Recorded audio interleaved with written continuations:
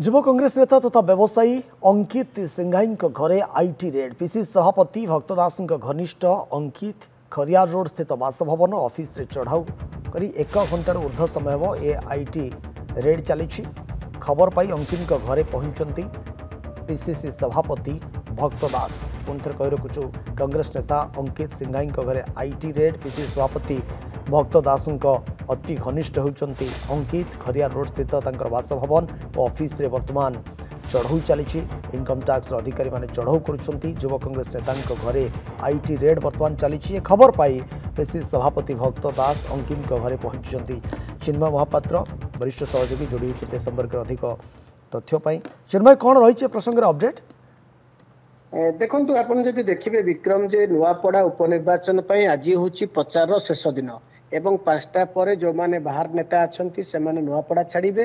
ता सहित गोटे साइलेंस पीरियड आरंभ हम जेहेतु 11 तारिख दिन रही उपनिर्वाचन किंतु कौ भाया भाव में जो माने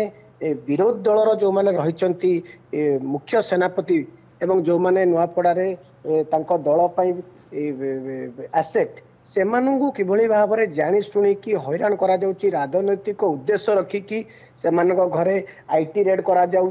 एवं जार ज्वलंत उदाहरण आप 2 दिन धरी देखिए विजु जनता दलर नेता घरे आईटी रेड करा एवं कांग्रेस जो मैंने रही घरे आईटी रेड करा आज जो कि समय पूर्व जो खबर आसला युवा कांग्रेस जी नेता अच्छा तथा व्यवसायी जी अच्छा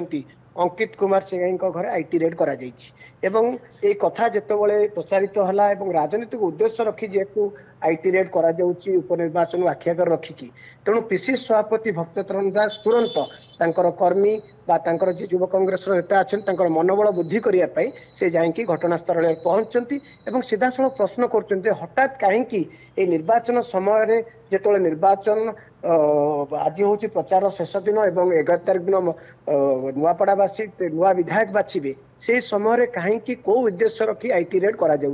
कोटी ना कोटी गोटे राजनैतिक अभिसंधि आईटी रेड पछर रही जो कथा को लेकिन विरोध जो माने सदस्य अच्छा नेता माने अच्छा गोटे भयभीत करा कोटी ना कोटी गोटे आईटी एवं अन्य संस्था को सरकारी कलर गोटे अपप्रयोग करा विरोधी अभियोग करछंती जोथि कि पीसीसी सभापति खरियार रोड स्थित जी युवा कांग्रेस जी रही अंकित बाबू घरे पहुंची एवं जो 1 घंटार अधिक काल आईटी रेड करा कौ उद्देश्य करा कौन से आईटी बर्तमान आवश्यकता थिला एवं कौ कौ कारण जोगु एमपी एक निर्वाचन समय हठात आईटी रेड करा ताकू लेकिन प्रश्न उठाई किसी समय पर हे तो पीसीसी सभापति प्रतिक्रिया रखिए जे कौ उद्देश्य रखी कौ कारण जोगु से जो अभियोग कर कांग्रेस अभियोग कर राजनैतिक उद्देश्य जेहेतु भोट अच्छी कांग्रेस कर्मी मान भयभीत करने विक्रम ऋतु पीसीसी सभापति घरे पहुंचती जो भाव में निर्वाचन पूर्व ये आईटी रेड या भिन्न दृष्टि पीसीसी बर्तमान देखा स्वाभाविक कथा। बहुत बहुत धन्यवाद चिन्मय आपंकर ये तमाम सूचना आप खबर पर नजर रखि था। परवर्ती पर्यायर अपडेट आम पुणी थे आप फेरबू।